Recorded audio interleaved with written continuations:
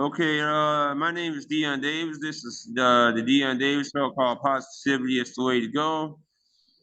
This is my latest episode. I haven't been making episodes lately because I had something happen to one of my loved ones and everything, but I'm back today. My guest today, she is a therapist, author, and YouTube creator specializing in helping people deal with and heal from narcissistic, abusive, and their toxic relationships. She has a new book, Out of the Fog in the Clear, Journaling to Help You Heal from Toxic Relationships.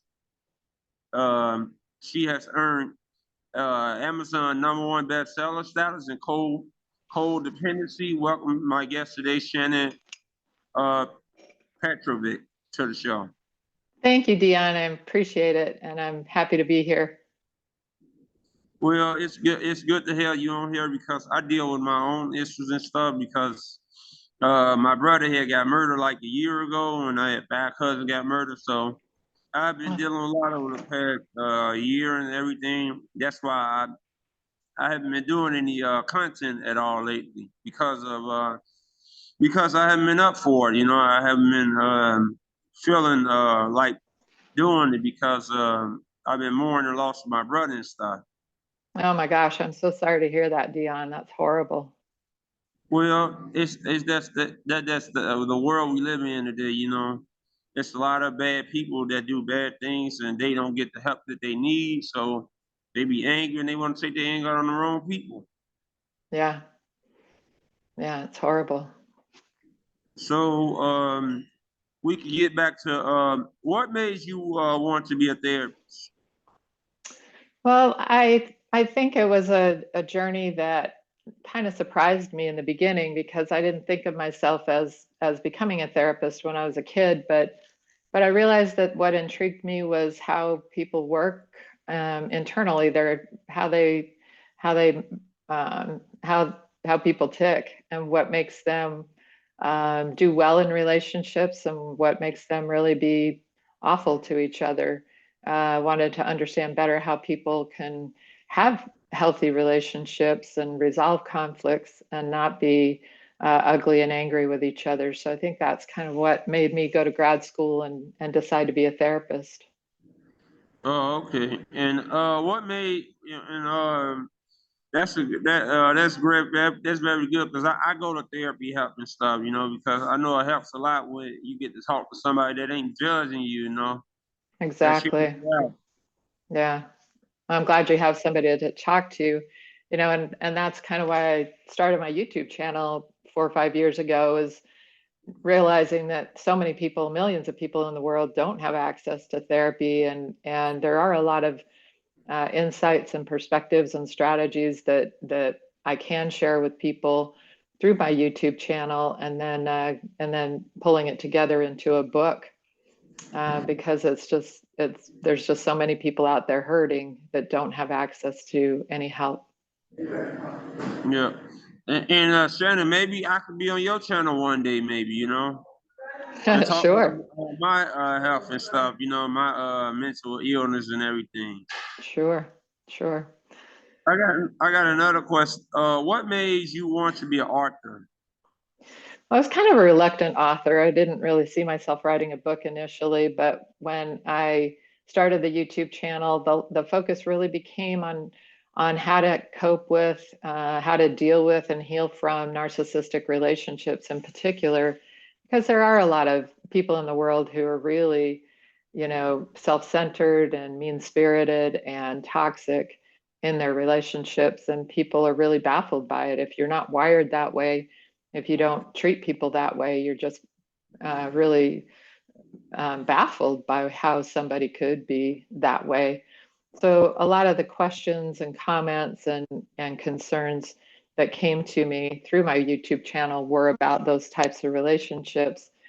And then I realized that I really needed to pull it all together into a book, in order to help people who don't have access to therapy know how to heal from it. And so it comes with a lot of insights and perspectives and strategies, but also journaling prompts so that you can write things out and really start to understand yourself and understand what happened in the relationship, and also how to begin to heal and move forward into your life with a new sense of self and a new sense of how to rebuild yourself and your life.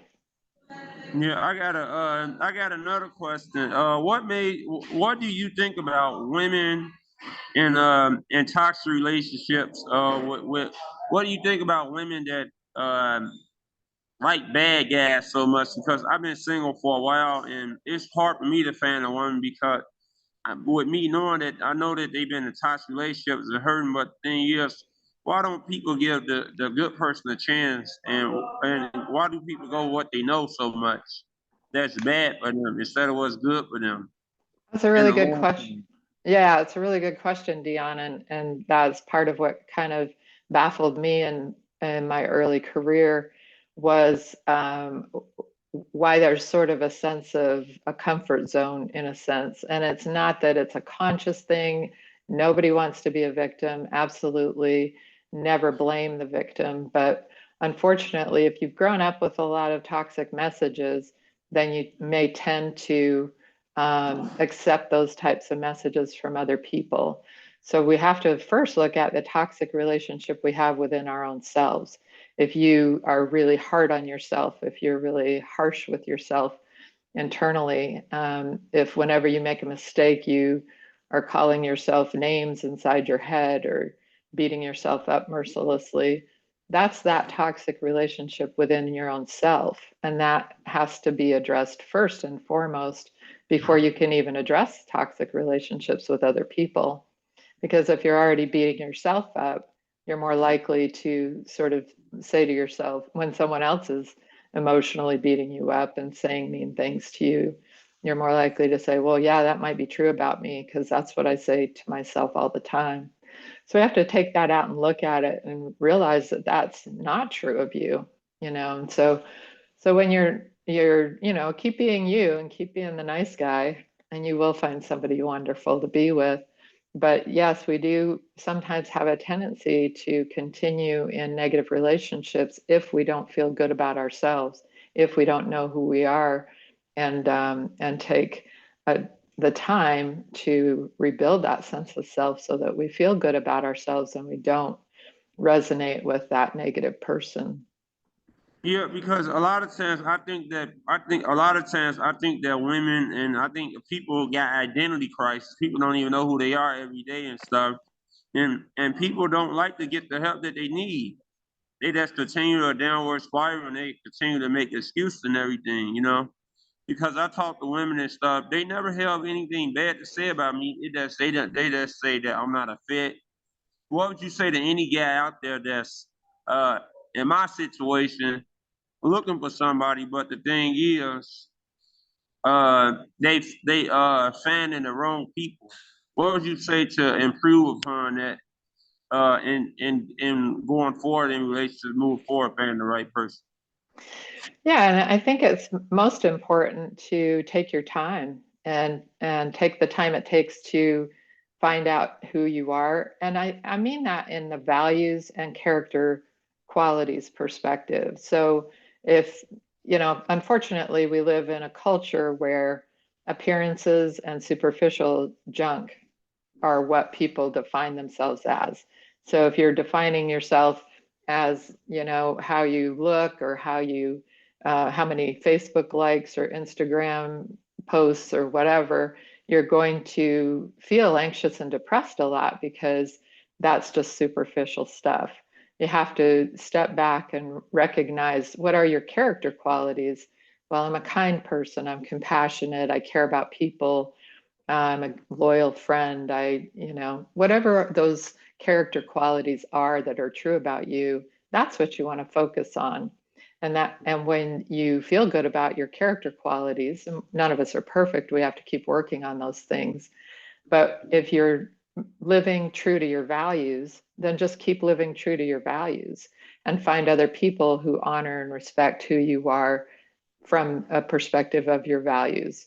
And if you are having a hard time finding people, do things that you love and volunteer for things that you're that you're passionate about, and you'll find other like-minded people. But don't be in a hurry to get into a relationship, because a lot of the mistakes we make getting into toxic relationships is because we're in a hurry or we're lonely or what have you. You want to take the time it takes to really recognize who you are and really learn to like and respect who you are, so that you can then go mindfully into a relationship that's healthy. Yeah, well said. And I got another thing, another question. Why do people care about their appearance? Like, well, women, when they look at me and stuff, they look at my looks and everything. They don't look at my character. Why do you think we live in a world like that? Because 16 years ago, women wasn't dressing the way they are, and people would disagree with me. A lot of people out there, but would you say that the world is different today compared to 10 years ago with everything that's going on? Because I see people with OnlyFans accounts, and it's like they putting their bodies on there. That's for money and stuff, and that's like being outside. That's selling yourself, in my opinion. Because the thing is, you selling yourself for money, your body and stuff. And I would never do anything like that. From me believing in God and me being who I am, I would never see myself doing any of that stuff. Yeah, it's a different world we're living in, that's for sure. And I think that there is less of a focus on character qualities, and people are raised more with, well, I don't know that they're being raised more with that, but it's just all around us. And so young people are really inundated with that social media focus, and it's completely superficial. And then to escalate into that place where people are sharing their bodies and getting, financially compensated for it, it is kind of shocking and mind blowing to see that that's kind of where the culture is going to. But you can still be you, and you can still be true to your values and true to your beliefs, and that's what matters. So I think sometimes that people get anxious and depressed because they're looking too much around them instead of looking inside. And if you feel good about you, then you can let people do their own stuff and you're not worried about it. And sometimes even feel compassion for them, because you know that that's an empty sense of self, and that's an empty activity that's not going to lead to good places. Well said, Shannon. Well said. I got another thing. Why do you think that people are narcissistic people? It's a good question too, and I don't know. There were always mean people in the world. Early on in my career, I worked in the domestic violence shelter field, and there were certainly, mean people in the world. We didn't call them narcissists at that point, and so I think that languaging is a little bit newer. Probably over the last 10 years, that's been more of the focus. So I think that there is more narcissism because there's less focus on character qualities and what matters, and there is more of a sense of self-centeredness and superficiality, which is part of the essence of narcissistic traits. There aren't as many people in that severe narcissistic stuff, as there are a lot of people with narcissistic traits.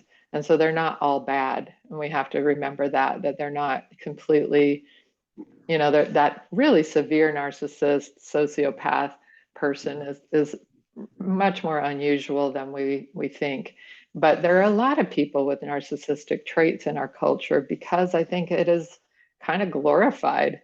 If you're sort of arrogant, that's kind of glorified. If you are all about your appearance and you got it going on, that's kind of glorified. And I think that's sad because it is an empty sense of self. It's like a hot air balloon. You constantly have to blow hot air into it or it implodes, right? It doesn't hold itself together. And so a narcissist is a hot air balloon, and they have to constantly be pumped up. They have to constantly get that adoration and that attention, or they implode and then they explode.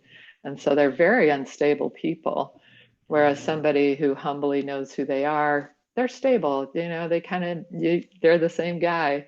the same girl today, tomorrow, and the next day. They just got it. They've got a calm internal sense of self. Yeah, because that's how I am. I used to be overconfident, but the thing is, I may look good from the outside and stuff, but the thing is, appearance. I don't really be caring about the appearance thing or how people view me because over the years as I got older, I matured. Looks don't matter. It's about what's in the inside because that's what I look for women and stuff. You may be beautiful on the outside, but the thing is, if your appearance in the inside is not good, then I'm not gonna talk to you if your values don't fit up with mine. Good. Yeah, that's exactly right. That at the end of the day, that's what matters, a person's values and their character qualities, because the appearances, that's how people get really hurt in toxic relationships, is because if somebody doesn't really care about your emotions, if they're not a caring, compassionate, empathic person, you don't want to be in a relationship with them because they have the potential to really hurt you. Last thing you want to do is be vulnerable with a person who lacks compassion and lacks empathy. Yeah, because that's how a lot of them. That's how most guys is. Most guys they get the woman because the women are so used to getting put down and yelled at and treated so bad throughout their lives, and that they want to be a mother figure to these guys. But the thing is, you cannot change nobody but yourself. Right. And my hope is that women who, the women that you're talking about would understand that they are worth more and that they don't deserve to be treated that way, and that being apart from somebody like that is better than being with somebody like that. Because I think, too, part of our culture that I think is problematic is that we judge people who are single and we judge people who are not with somebody. And so it's hard for a woman to establish herself as a single person and just stay away from anybody until she does the internal healing that she needs to do in order to um, feel good enough to choose well. I call it, developing a trustworthy creepometer, where you don't, that when somebody is being um, rude or mean or non-empathic or non-compassionate, that you would just immediately shift off, switch off to them and know that you don't want to be around somebody that could ever be that way, and that you only want to be with somebody who's kind and caring and compassionate. Yeah, because people say the same thing about me and stuff. They ask me, they're like, man, Dion, they like, man, Dion, you in Singapore a while, you haven't done nobody. And I'll be like, it ain't my fault. They always blame the person that is not with somebody. Because I see people out with each other all the time. It's like they're not happy in those relationships anyway. They Right. could be sad and getting beat on or whatever. But they just with somebody because they don't want to feel they don't want to be by themselves. Right. Yeah, and it's a lot healthier to be on your own and to really establish yourself and your own sense of self and rebuild your life from the inside out, rather than be with somebody who's unhealthy for you. Yep. So, Shannon, let's talk about your book, Fog in the Clear, and what came about it, and what made you want to write this book for the public. What made you want to do it? Well, as I said, the Therapist Talks YouTube channel was getting a lot of my attention, but the questions that were coming back to me around how to heal and how to deal with people with these issues, um, couldn't really answer all those questions in 10-minute videos. And so I wanted to bring it all together so that somebody had something that they could actually use to actually get well and start to heal themselves from the inside out. And it's hard work. It's not like it's an easy journey, but I've tried to make it as clear and concise as possible. And so I talk about how when you're lost in the fog, which stands for fear, obligation, and guilt, in the fog of a toxic relationship, you oftentimes don't understand how to get out. And one of the most important ways to get clear is to start to recognize that we have a rational part of our brain and we have an emotional part of our brain. The rational part knows the facts. this person's bad for me. They can be mean to me. They make me feel terrible. They even can be violent at times. The emotional part of you is hooked and can be in love. You can think you're in love with that person. It can be trauma bonded to that person. And so, what's really, really important is that you recognize the facts and then you make a wise decision with your rational mind. And then you walk it through, even though your heart wants to stay with them. If you think that you have to wait until you're not in love with them anymore, you're wrong. You can actually love and leave. You can feel like you're still hooked in and still in love with them, and you can still make a decision and leave. And that's a hard thing because in our culture, again, one of the twisted things in our culture is that we tell people to go with your heart. You can't go with your heart if your heart is all hooked into this negative person. You have to use your wise, rational mind, make a good decision, and drag your heart kicking and screaming through the process of leaving. And that's a hard thing to do, but it's doable. And it helps you survive, literally. Yeah. Do you got a picture of your book? Do you want to show people or tell people where to go? Sure. So my website is called nofoggydays.com or therapisttalks.com. And here is the book, Out of the Fog into the Clear. And it has sailboats on it because I'm a sailor. So there's a sailboat with in the lost in the fog, and then there's one on a beautiful sunny day. Um, and actually, I have to give my son credit for the photos. Journaling to help you heal from toxic relationships. Uh, Shannon, you think you could send me one of those books in the mail or something? Because I sure could use one of those books. You betcha. You think we could talk about that off the air though? Because Yeah, I would like a book. yeah, that's fine. You can send it to me. Sure. All right, Yeah, I'll great. need your address. Okay. And Shannon, it said that we got like 10 minutes because the Zoom meeting about to cut off. So Right. we may have to do another interview at some other point and stuff, you know. But That sounds good, Dion. we can continue. I got a question. What do you think about the world and how it's moving forward? What do you think that needs to be improved from a abusive relationship standpoint? Like, what do you think need to be improved, and what would you improve about the world today to make relationships and things better from that standpoint? I believe that we are not able to change the world, but we can change our world.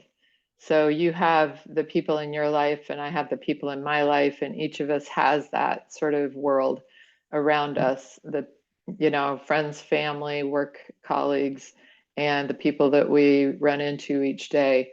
And if we can be that loving, compassionate, empathic presence in our world, I think that's as good as we can each do.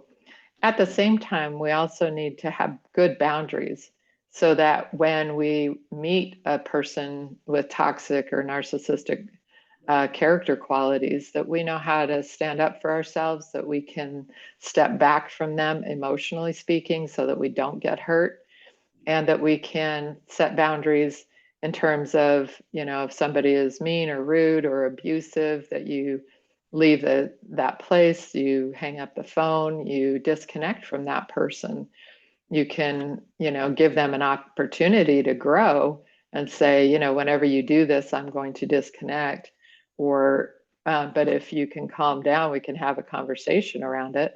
And then you get to see, is that person going to respect me, and respect my thoughts, feelings, boundaries, and wants and needs, or are they incapable of respecting me as a whole person in this relationship?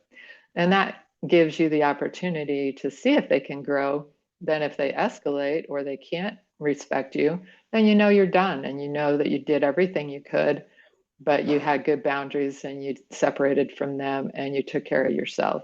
So I think that we can't change the whole world, each of us, but each of us can change our world. I would say well said, Shannon. You the expert at this more than me because I clearly don't know what I'm doing a lot of times. Because, look, given my situation. But I got another question. So how do you think the world gonna be 6 years from now from a dating relationship? You think it's gonna get better moving forward with all this Tinder, Bumble? What do you think about in the future? How relationships gonna be? You think it's gonna be more healthier or more the same that's going on? The trend that we have now in the world with all this social media stuff. What do you think about the future of the relationships? It's hard to say. And I think, again, we can only make choices around each of ourselves individually. And, I think that there are healthy aspects of our culture today. And there also are some really unhealthy aspects of our culture. And it's up to each of us to find the people that we want to be around and that we feel loved by and respected by. And I think people like that still exist in every section of the population. But I think that sometimes people don't make that effort to figure out where that's going to be coming from. And I think it's really important to spend the time, take the time it takes to find the people that you feel loved and respected by. And that means, figuring out who you are and your values and character qualities, and then finding the people that resonate with you. Okay, and I got another question.